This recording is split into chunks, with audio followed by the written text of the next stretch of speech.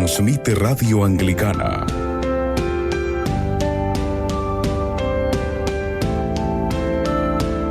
...24 horas... siempre junto a ti.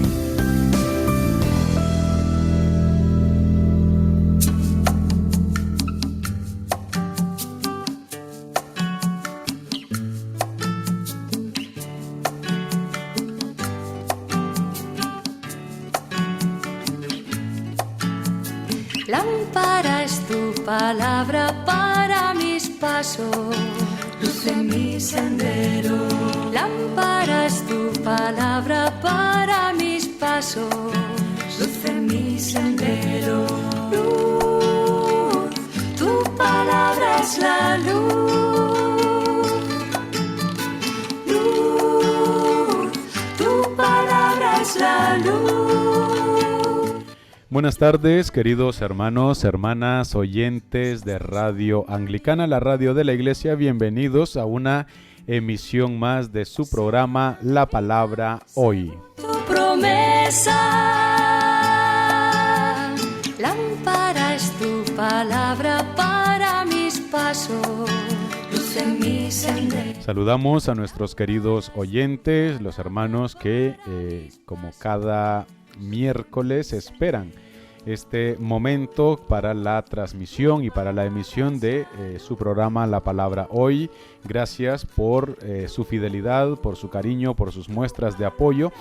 Y también gracias por sintonizarnos a todos los oyentes que en este momento también están conectados a la radio de la Iglesia a través de las aplicaciones móviles, y también aquellos que nos ven y nos escuchan en este momento en la transmisión de vídeo en nuestra página web de radioanglicana.es, y también en la transmisión de vídeo en nuestra página de Facebook. Sean todos bienvenidos en el nombre del Señor. En mi sendero, lámpara es tu palabra para mis pasos, luz en mi sendero. Antes de comenzar nuestro programa, también queremos manifestar y expresar nuestras condolencias y nuestro cariño, apoyo y oraciones a nuestro hermano el reverendo Javier Vallaz ante la pérdida de su mamá producida en este día.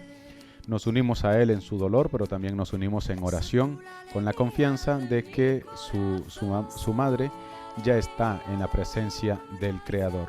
Es tu palabra para mis pasos, luz en mi sendero.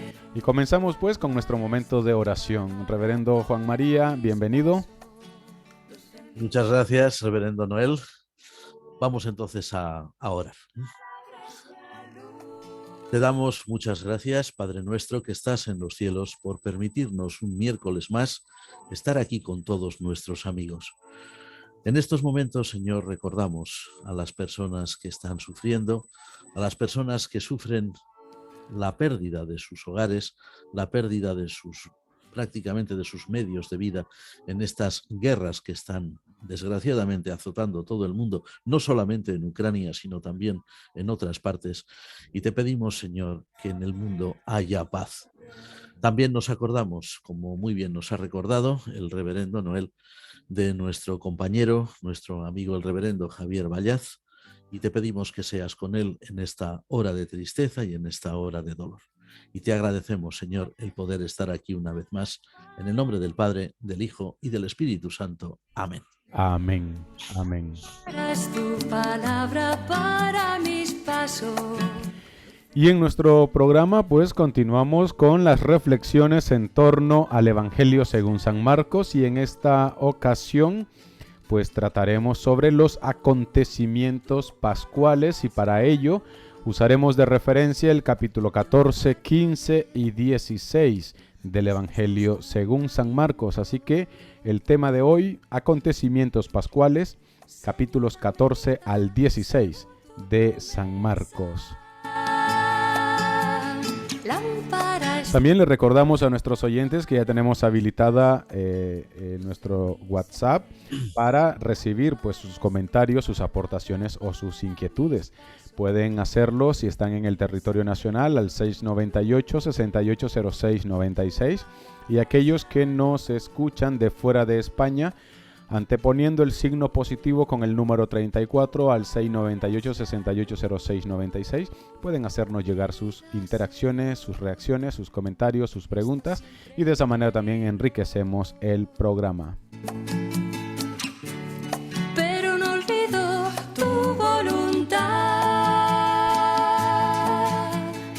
Bueno, comenzando con nuestro programa, Tellería, ¿bajo qué prisma relata San Marcos la pasión, muerte y resurrección de nuestro Señor Jesucristo?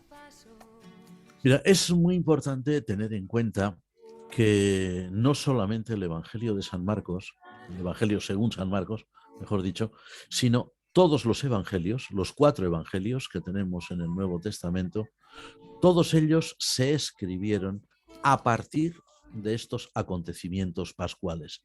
Es decir, las primeras tradiciones cristianas que se generaron en las comunidades a partir de la predicación apostólica tenían como centro de su interés los acontecimientos que habían tenido lugar en la pasión, la muerte y la resurrección de Cristo.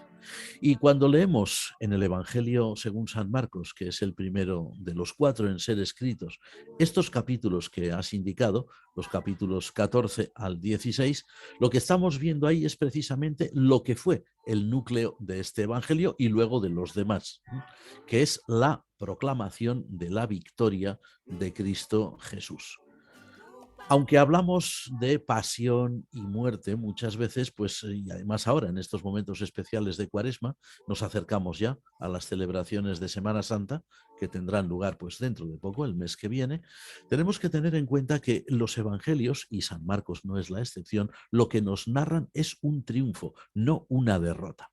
Un ejemplo podría ser el siguiente: Jesús, que como habíamos visto hace unos programas ya, a lo largo de su vida nunca había querido ser claramente manifestado como Mesías, debido a las implicaciones que, en fin, todo eso se podía derivar, ¿no? en aquel momento en el que él vivió. Ahora, sin embargo, Jesús proclama claramente que él es el Mesías, lo hace cuando es interrogado por el sumo sacerdote en el Sanedrín. Es proclamado por el propio gobernador romano Poncio Pilatos, porque Pilatos escribe en la cruz rey de los judíos. Es proclamado por el centurión que estaba al pie de la cruz y hasta por los que se burlaban de él.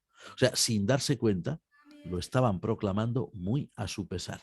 Es decir, que el prisma bajo el cual se relata la pasión, la muerte y la resurrección del Señor, los acontecimientos pascuales, diremos que es el prisma de la victoria, el prisma del triunfo. Sendero, lámpara es tu palabra para mis pasos, luz en mi sendero, luz. Ahora, con la figura de Jesús, ¿cómo se muestra la figura de nuestro Señor Jesucristo en toda esta trama que nos narra Marcos? Si nos damos cuenta cuando leemos estos 3 capítulos del Evangelio según San Marcos, ¿no? 14, 15, 16, vamos a ver que la figura de Jesús aparece descrita o aparece perfilada como una figura sobremanera digna. Diremos todavía más, una figura majestuosa. Es decir, que la dignidad y la majestad de Jesús, incluso en situaciones que otro ser humano pues no se hubiera podido mostrar de esta forma o no de esa manera concreta, esta dignidad y majestad de Jesús atraviesan todo lo que es el relato de la institución eucarística, el prendimiento en el huerto de Getsemaní, el juicio ante el Sanedrín, un juicio completamente injusto, el juicio ante Pilato, el gobernador romano, todo lo que es su tortura, su muerte e incluso su resurrección. O sea, Jesús es indiscutiblemente la figura central de todo este relato y, tal como se describe, es el dueño de la acción, o dicho de una forma mucho más simple, ¿no? Como si fuera el gran protagonista de una obra literaria, de una pieza de teatro o de una película, diremos que todo gira en torno a la figura de Jesús. De hecho, los demás personajes, sin la figura de Jesús, no tendrían sentido ninguno. Tu palabra es la Tenemos una intervención, Juan Mari nos dice, la última semana de vida de Jesús nos la relatan los 4 evangelistas.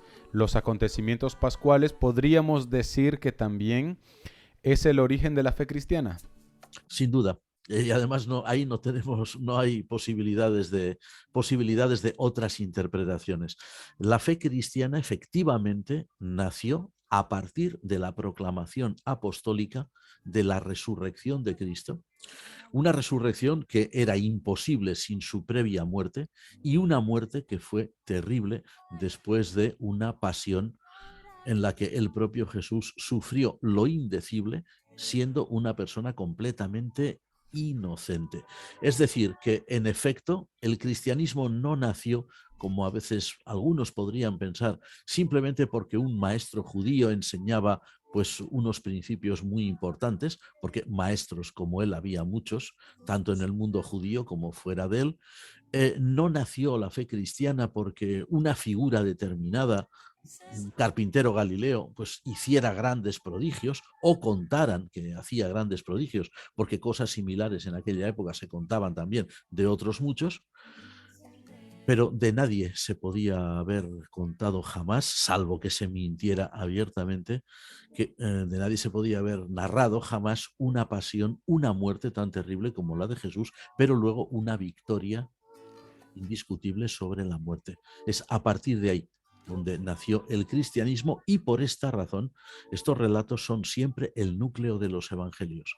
Fijémonos bien en un detalle, ¿verdad? Cuando leemos los 4 evangelios del Nuevo Testamento, vemos que pues, cada evangelista tiene pues, unos relatos, unos capítulos propios que son su aportación particular como autor, y en algunos se repiten escenas, se repiten discursos, pero no siempre. No encontramos lo mismo en todos los evangelios, pero la parte correspondiente a la pasión, la muerte y la resurrección del Señor se encuentra en los 4, porque esta fue la parte fundamental, el núcleo a partir del cual se generaron los evangelios y a partir del cual se generó la fe cristiana, efectivamente.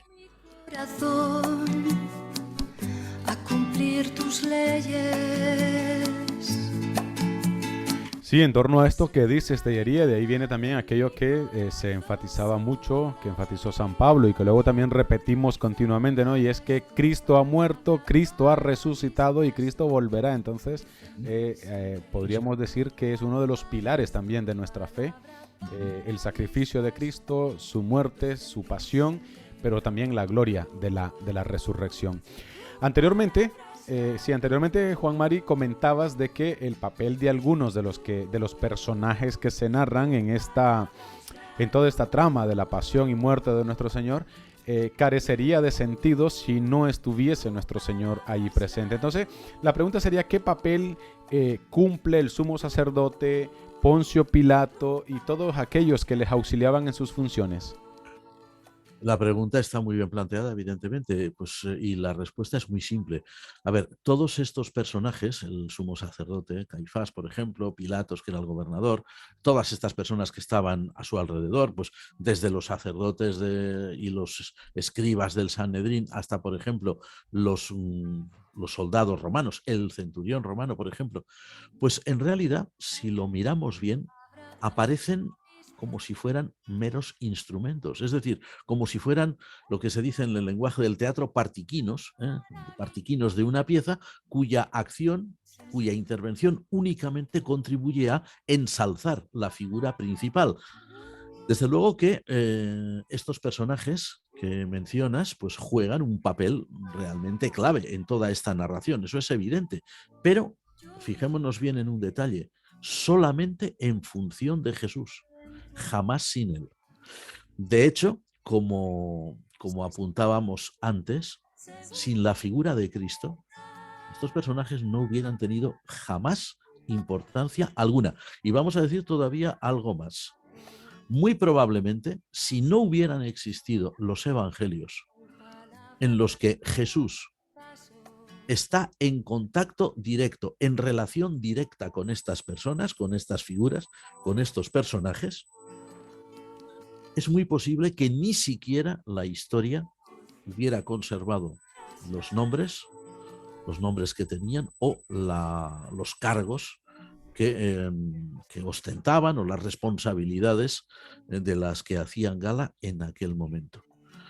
Si Poncio Pilatos era el gobernador romano, evidentemente nombrado por el emperador para aquella zona tan levantisca como era Palestina, bueno, pues de no haber sido, porque Pilatos fue el gobernador que crucificó a Jesús, probablemente ya nadie se acordaría de él. A lo mejor aparecería su nombre en alguna lista de funcionarios romanos de aquella época, pero poco más. No tendría la importancia que tiene. De no haber sido Caifás el sumo sacerdote que condenó directamente a Jesús y que inició el proceso de la pasión, con el Sanedrín que se reunió en aquellas horas tan avanzadas de la noche y todo lo que el Evangelio, la trama del Evangelio nos narra, pues probablemente nadie se acordaría de él, nadie sabría quién era. Solamente quizás algunos especialistas, pues algunos especialistas muy consagrados a historia judía, pues a lo mejor sabrían que este hombre hubiera existido, pero la mayoría no, nadie sabría nada de ellos. Es decir, que en realidad Jesús les hizo, por decirlo así, el gran favor de que sus nombres entraran en la historia, si bien, desde luego, de una manera muy poco digna.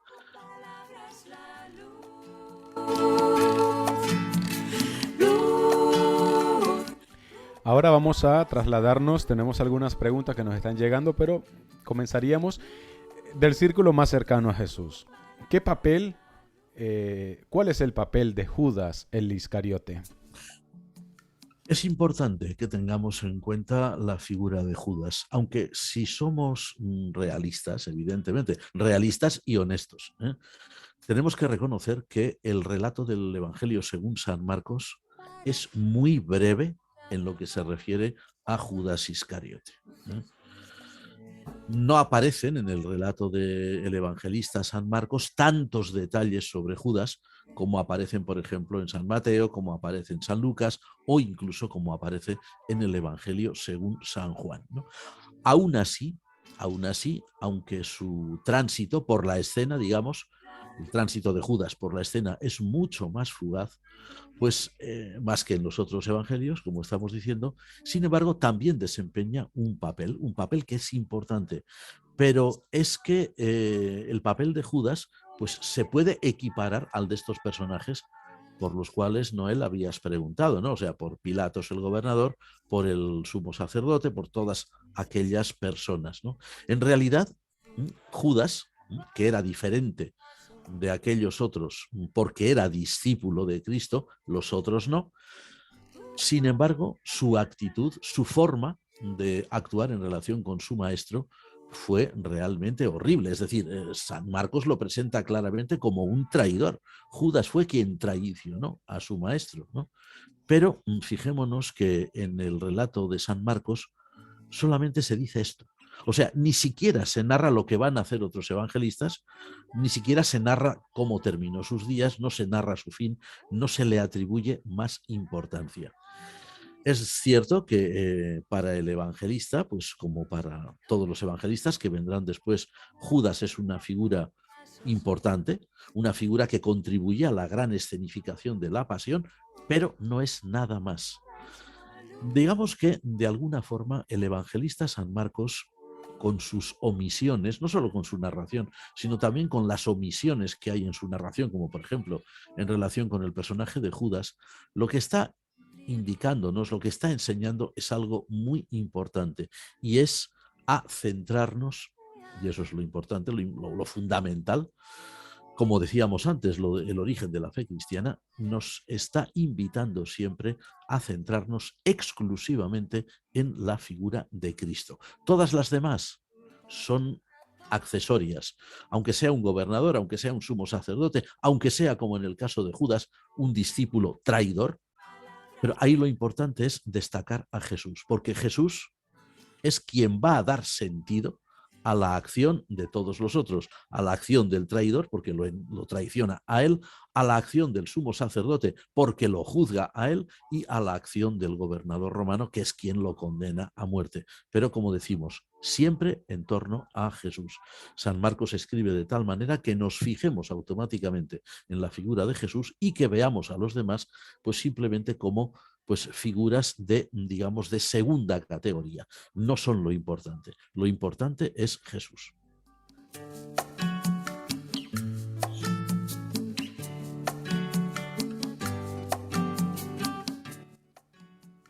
En este círculo cercano a Jesús, pues nos encontramos con esto, ¿no? Con un traidor, 10 que le abandonan, uno fiel que según Juan, pues estaba al pie de la cruz y estuvo casi hasta el final. Si ya hemos visto el papel de Judas Iscariote, entonces, ¿qué podríamos encontrar del papel de los 11 o de los 11 apóstoles que en teoría seguían cerca del Señor? La pregunta está muy bien y yo me alegro, Noel, de que la formules por una razón. Porque en toda la tradición cristiana, desde el siglo I prácticamente, todos decimos, además lo acabamos de decir ahora, porque además es cierto, que Judas Iscariote fue el traidor. Y es verdad, lo fue. Lo fue porque realmente vendió a su maestro, vendió a Jesús, vendió al Señor. Pero claro, el asunto es que al hacer tanto hincapié en la figura de Judas Iscariote, pues a lo mejor tenemos tendencia a olvidarnos de los demás apóstoles. Y no viene mal recordar que los otros apóstoles, pues finalmente fueron tan traidores como habría sido Judas. Porque sí que es verdad que Judas es el que dirige a toda aquella turba, a toda aquella gente, va con ellos hasta el huerto de los olivos, dice, ese es, lo entrega dándole un beso, esta escena que es pues tan común en la tradición cristiana, en las representaciones, hasta en las películas, ¿no?, que se han hecho sobre la vida del Señor, ¿no? Pero no hay que olvidar que los otros 11, es cierto que no vendieron a Jesús, no lo entregaron, pero sí es cierto que lo abandonaron. Y lo abandonaron además cobardemente. Fue, como se suele decir vulgarmente en castellano, el sálvese quien pueda, ¿no? Es decir, han prendido al maestro, nos vamos nosotros, que no nos ocurra a nosotros nada. Es cierto que algunos relatos de los otros evangelios, bueno, pues tienen en cuenta también los relatos en general, pues a la figura de Pedro, que Pedro pues quizás pues fue más fiel que los demás, pero aún así no hay que olvidar que Pedro negó, según la tradición evangélica, 3 veces a su Señor. Y en la figura de Juan, que es el único que, según parece, pues al final de todos permanece, al final del todo, pues permanece fiel, ¿no? Y que está allí en la cruz. Pero también Juan, en aquel momento, también Juan, pues procuró salvarse, ¿no? Procuró salvarse o procuró por lo menos no tener demasiados problemas por ser discípulos de Jesús. Eso teniendo en cuenta algunas teorías sobre el Evangelio de Juan que ya dijimos hace ya algún tiempo, creo que unos años atrás en nuestro programa, ¿verdad? Pero nunca hay que olvidar que cuando se dice que Judas es el traidor, es cierto, pero no fue el único, porque igual de traicionera es la actitud de vender a alguien como la actitud de abandonarlo ante el peligro. Desde luego, ninguno de los apóstoles, ninguno de ellos, se podría colocar una medalla honorífica en relación con el prendimiento de Jesús. Realmente fue abandonado por todos. Tenemos aquí algunas cuantas preguntas que las intentamos resumir para hacer una sola. Seguimos con el tema del papel de Judas marcado en este evangelio. Nos comentan de que luego, por ejemplo, en Hechos de los Apóstoles se dice de que había uno que tenía que perderse, ¿vale? Ya estaba profetizado, ya estaba anunciado, de manera que podríamos hasta pensar que no tenía escapatoria, o sea, que Judas iba a hacer su traición o sí o sí. ¿Cómo se entiende esto, Tellería? pensando en el libre albedrío. Pues mira, como siempre, como esto que aquí tenemos a gala la sinceridad absoluta, pues tenemos que decir, no podemos responder a este tipo de pregunta, porque realmente no sabemos bien qué ocurre exactamente ahí, ¿no? A ver, es cierto que sí, parece ser que alguna profecía del Antiguo Testamento apuntaba a la traición del Mesías, ¿verdad? A la traición que en el libro de los Salmos concretamente, ¿no? Cuando se dice aquel que comía en mi mesa pues levantó contra mí, etcétera. Bien, incluso también se cita alguna otra profecía del Antiguo Testamento que habla incluso hasta del precio, ¿no? Que se tenía que pagar por el Señor, ¿no? Que iba a ser traicionado y vendido. Ahora, intentar adentrarnos en algo tan sumamente ajeno a nuestra naturaleza humana como son los arcanos divinos, los designios divinos, pues y pretender, por ejemplo, o decir claramente que Judas forzosamente, aunque él no lo quisiera, incluso en contra de su voluntad, tenía que ser el traidor porque sí, porque sobre él pendía una especie de hado funesto, pues eso realmente no encontramos una explicación real, ¿eh? Una explicación en la Sagrada Escritura. Si la hay, si esa explicación existe y es una explicación convincente, personalmente no la hemos encontrado. Sí que es cierto, en el propio libro de los Hechos de los Apóstoles se le llama a Judas el hijo de la perdición, eso lo dice el propio apóstol Pedro. Ahora, hijo de la perdición es una expresión muy propia del pueblo judío de aquel momento que indica, pues sencillamente, una persona que había actuado pues realmente mal, de forma completamente injusta, ¿no? De forma completamente opuesta a lo que era la justicia de Dios. Ahora, eso se debiera entender ahí que Judas, lo quisiera o no, él tenía que ser traidor y que por lo tanto había nacido con una marca negativa que lo iba a arrastrar al infierno simplemente por el hecho de nacer. No es eso realmente lo que enseña la Sagrada Escritura en relación con ningún ser humano. Muy difícilmente podríamos justificar que fuera así en el caso de Judas, ¿no? Lo único que se nos dice es que Judas fue realmente el traidor, que Judas maquinó contra su maestro. Tampoco se da a entender demasiado bien por qué. Hay por ahí alguna tradición recogida en el Evangelio según San Juan en la que se dice que Judas era una persona avarienta hasta el extremo, ¿no? Y que incluso llegaba a ser ladrón, es decir, que hasta robaba de la bolsa común, ¿verdad? Y también se da a entender claramente que Jesús conocía de antemano, por supuesto, cuál iba a ser el final de este hombre, el final de su historia, el final de, o sea, la relación que él iba a tener con el maestro. Las palabras de Jesús en este Evangelio de Juan: es lo que hayas de hacer, hazlo pronto, ¿eh? Porque realmente pues Jesús sabía quién lo iba a entregar, pero más de eso, entrar en otros asuntos podríamos quizás pues extraviarnos, meternos, como se dice, en camisas de 11 varas. No podemos saber en realidad qué ocurre. Para mis pasos. Y rápidamente, Tellería, podríamos decir entonces en cierta manera que los 10, los que le abandonaron, a ver, o no estaban convencidos al 100% que Jesús era hijo de Dios, o les pudo más el miedo a lo que le podía pasar a ellos. Bueno, si es o una u otra, yo personalmente me inclinaría más por la segunda. A ver, que los discípulos eran fieles a Jesús, excepto Judas, por estas razones que decíamos, que eran fieles a Jesús, pues eso no hay duda ninguna, ¿no? Ellos estaban siempre con él, le acompañaban, aprendían de él, amaban a su maestro realmente. Lo que ocurre es que estos discípulos, nosotros, claro, lógicamente, a partir de la tradición cristiana, ¿no? Pues siempre tenemos una tendencia, que es muy humana también, a ensalzar a las grandes figuras de la historia sagrada.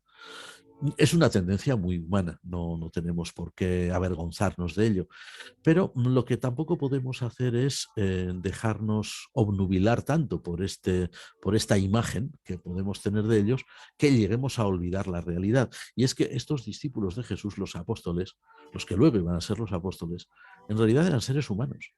Y eran seres humanos sometidos a todas las, digamos, debilidades, a todas las pasiones, a todos los defectos, a todas las condiciones que se ensañan con la humanidad desde prácticamente el comienzo de los tiempos, siguen hoy y seguirá en tiempos futuros. A ver, aquellos discípulos tuvieron realmente miedo.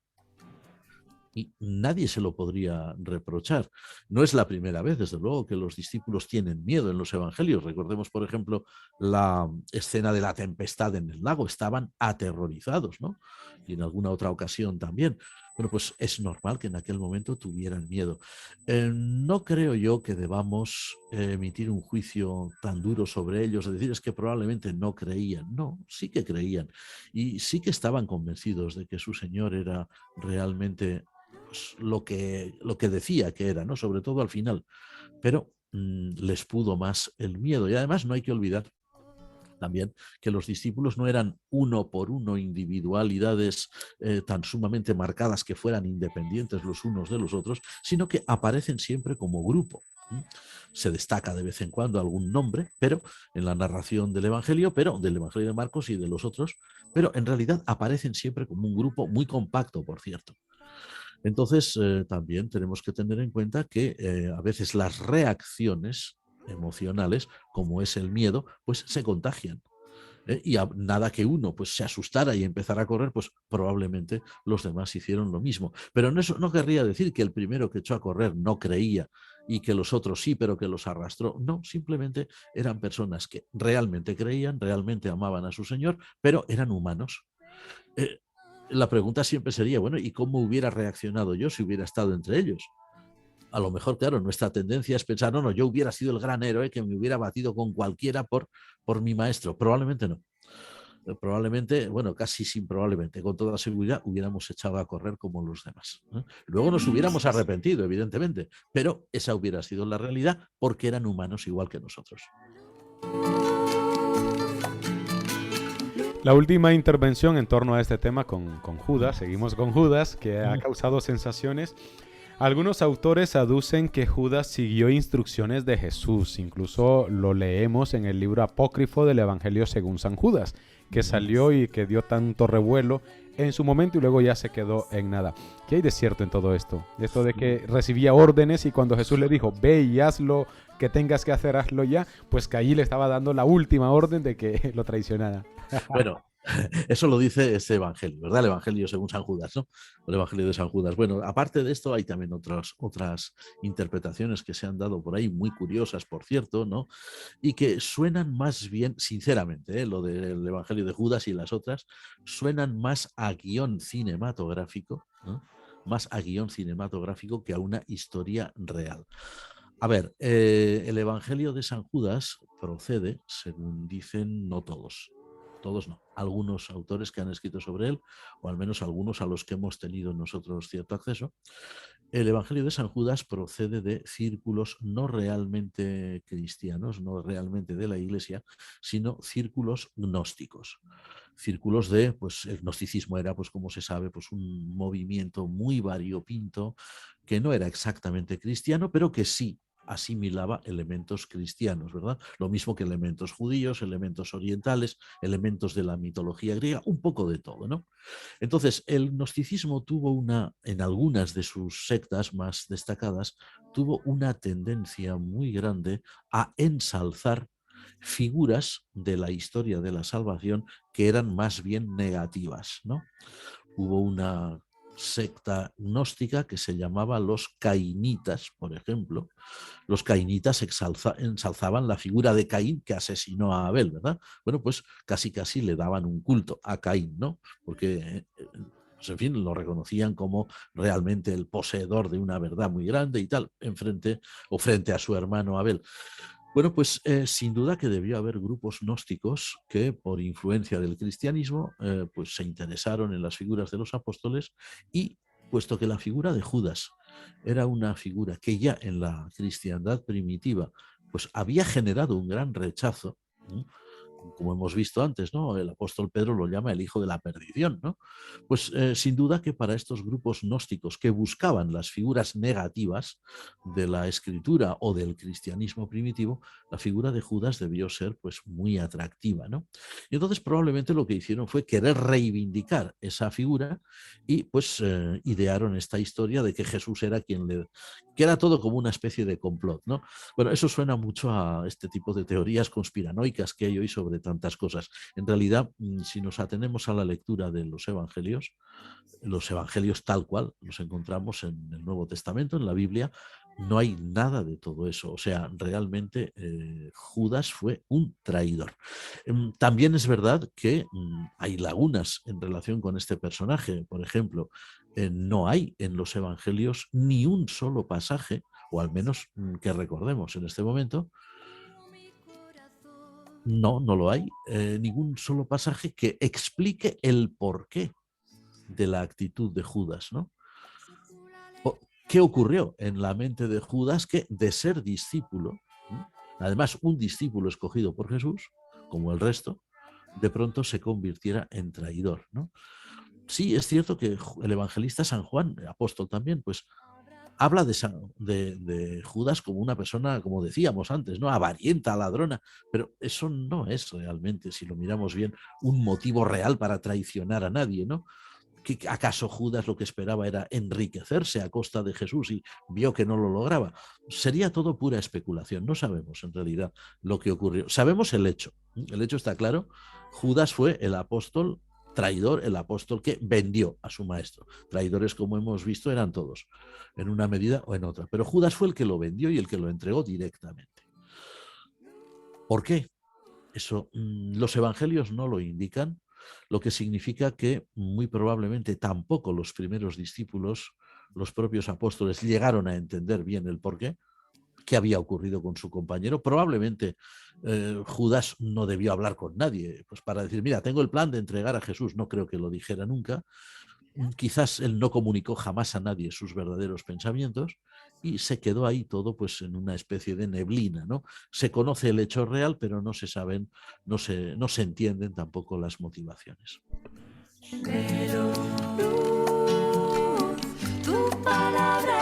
Volviendo ya al Evangelio según San Marcos y retomando nuestro camino, el relato de Marcos, nos comenta también un oyente, tenía como objetivo que las personas que oyeran el relato de Marcos tomaran el camino que Jesús trazó, de la misma forma que lo hizo el centurión en su confesión de fe.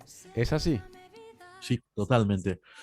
Puesto que el Evangelio según San Marcos es el primero de los 4 evangelios y que, como decíamos hace ya unos programas, pues sirvió de base también para por lo menos los 2 sinópticos, San Mateo y San Lucas, San Juan un poquito menos porque es de otra tradición. El Evangelio de San Marcos tenía como finalidad fundamental la proclamación de algo que había ocurrido, de algo que había tenido lugar y sobre todo de algo centrado en un personaje muy concreto que era Jesús de Nazaret. Así es. Continuando en ese de papel que jugaban personajes, pues dentro de ese mismo cuadro, ¿qué significan las palabras de Jesús en la cruz, Tellería? Muy bien, porque además, fíjate, me alegro de que hagas esta pregunta, Noel, porque curiosamente en el Evangelio de según San Marcos, de las palabras de Jesús en la cruz, las 7 palabras que precisamente recordaremos el día del Viernes Santo, si Dios quiere, dentro de no mucho, unas 3 semanas creo, pues de esas 7 palabras, el evangelista San Marcos solo conserva una, que es precisamente la más trágica. Eso de Dios mío, ¿por qué me has desamparado? Y desde luego no es porque sí, que San Marcos Evangelista de todas haya recordado esta. No es porque sí. El valor teológico que tiene esta declaración de Jesús, ese grito trágico de Jesús, ¿no? Dios mío, ¿por qué me has desamparado? Es de una enorme profundidad. es de una enorme profundidad. Inmediatamente después ya el evangelista va a narrar la muerte de Jesús. Lo que está diciendo el evangelista ahí, al referir esta palabra de Jesús, lo que está refiriendo es que la cruz, lo que en principio podría ser la gran derrota de Jesús, en realidad iba a ser su gran victoria. Iba a ser su gran victoria porque al morir Jesús, después de decir estas palabras, según el evangelista San Marcos, el velo del templo se iba a rasgar. Aquel centurión, que no era judío, que en principio no era o no tendría que ser creyente como los judíos, sin embargo, va a confesar que Jesús es el Hijo de Dios, ¿verdad? O sea que esta palabra de Jesús, que es una palabra parece de derrota, ¿verdad? Porque con ello pues se diría que Jesús habría descendido hasta lo más profundo casi de la desesperación, ¿no? A las profundidades del infierno. Bueno, pues todo lo demás indica que el triunfo de Jesús es total. Es decir, que el evangelista San Marcos escoge de todas las declaraciones que contiene la tradición evangélica de Jesús en la cruz, escoge la más trágica, escoge la más oscura, la más tétrica, si queremos, para contrastar con todo lo que viene después. O sea, lo que está diciendo San Marcos claramente es, incluso en el momento en que Jesús parecería más derrotado, incluso en el momento en que Jesús parecería pues haber terminado ya para siempre y haber sido, como se diría hoy, un fracaso rotundo, bueno, pues incluso en ese momento Jesús estaba venciendo.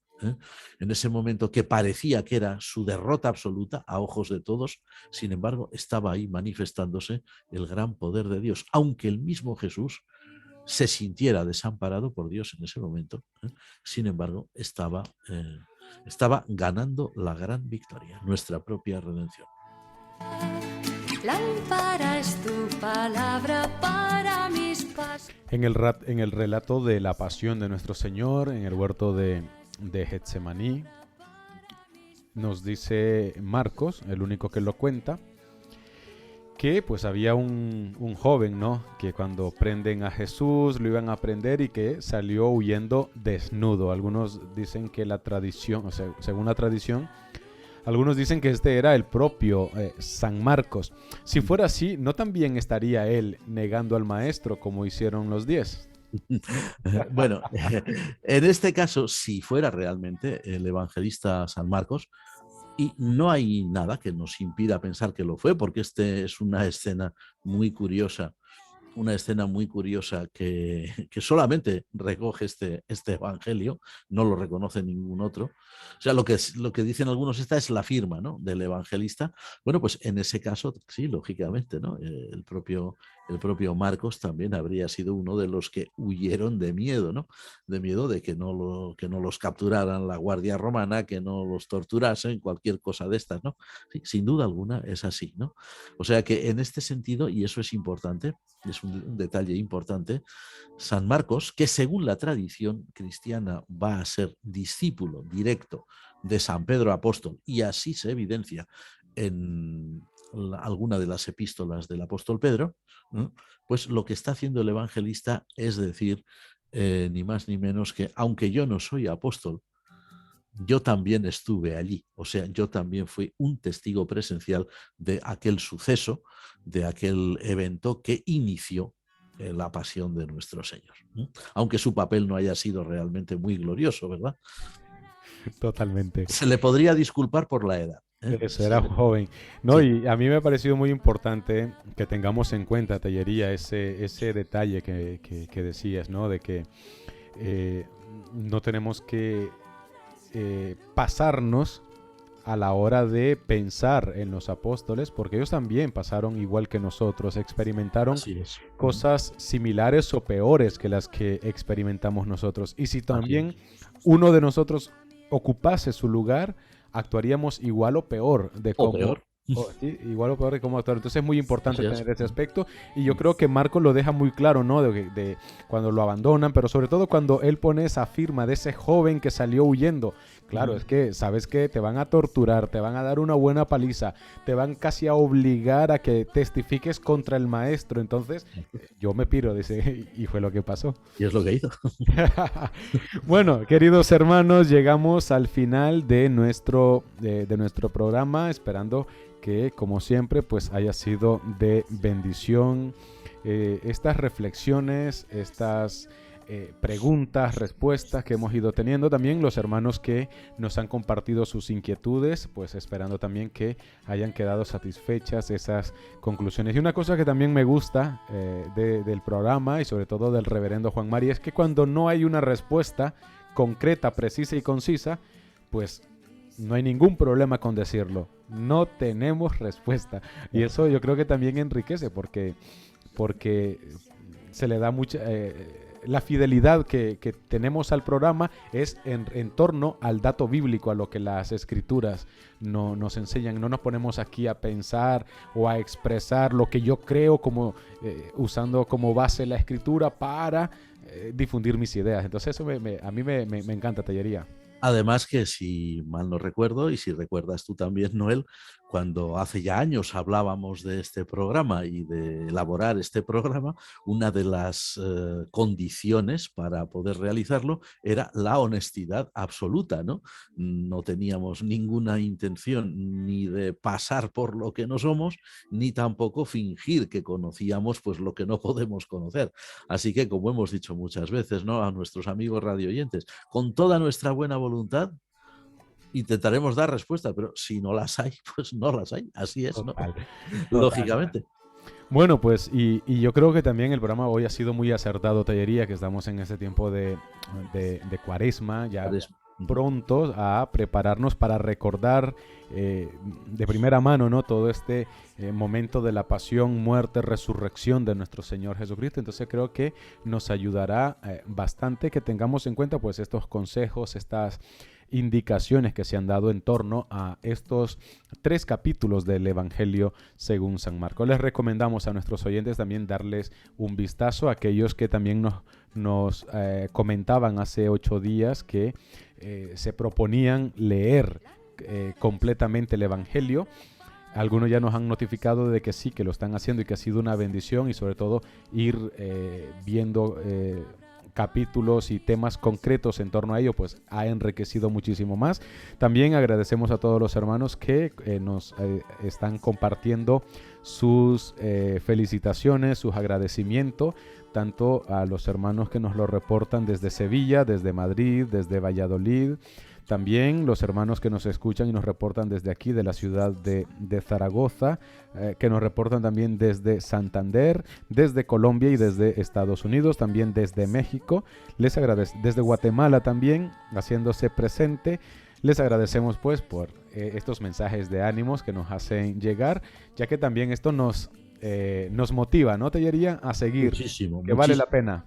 Vale la pena, por supuesto que sí. De hecho, son nuestros oyentes los que hacen realmente el programa. Conclusiones, Tellería.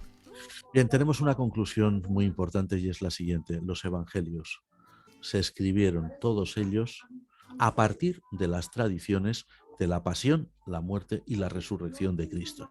Y como nos apuntaba muy bien uno de nuestros amigos al principio, el cristianismo nació por la predicación apostólica de los eventos finales de la vida de nuestro Señor. Amén. Así que, queridos hermanos, es todo. Gracias a los que nos habéis acompañado en todo la transmisión de este espacio. Recordarles que en aproximadamente 30 minutos estará disponible esta grabación en vídeo en nuestro canal de YouTube de Radio Anglicana, donde también pueden resintonizar todos los demás programas en torno al Evangelio de San Marcos, para que puedan tener también una vista panorámica mejor de estos estudios, de esta formación, de estos momentos de encuentro con la palabra, precisamente con el Evangelio según San Marcos. Lo puedan hacer en nuestro canal de YouTube de Radio Anglicana, y tienen disponible una lista de reproducción total con el nombre de Evangelio según San Marcos. Así que Gracias por la compañía, gracias por haber estado con nosotros, gracias por sus interacciones y por sus comentarios y mensajes que nos habéis hecho llegar hasta nuestro WhatsApp. Les invitamos para dentro de 8 días, que dentro de 8 días finalizamos este ciclo de reflexiones en torno al Evangelio según San Marcos. Ya llegamos a su final la próxima semana, si Dios así lo permite. Así que les invitamos pues a seguir en sintonía de la radio y a encontrarnos dentro de 8 días, si Dios así lo permite. Alabado sea Jesucristo. Amén. Luz, tu palabra es la luz. Luz, tu palabra es la luz. Firmes y adelante, pues desde la fe. Usted está en sintonía de Radio Anglicana, transmitiendo vía internet en www.radioanglicana.es. También puede escucharnos en su dispositivo móvil, descargando nuestra aplicación para Android e iOS. Radio Anglicana, la voz de la Iglesia.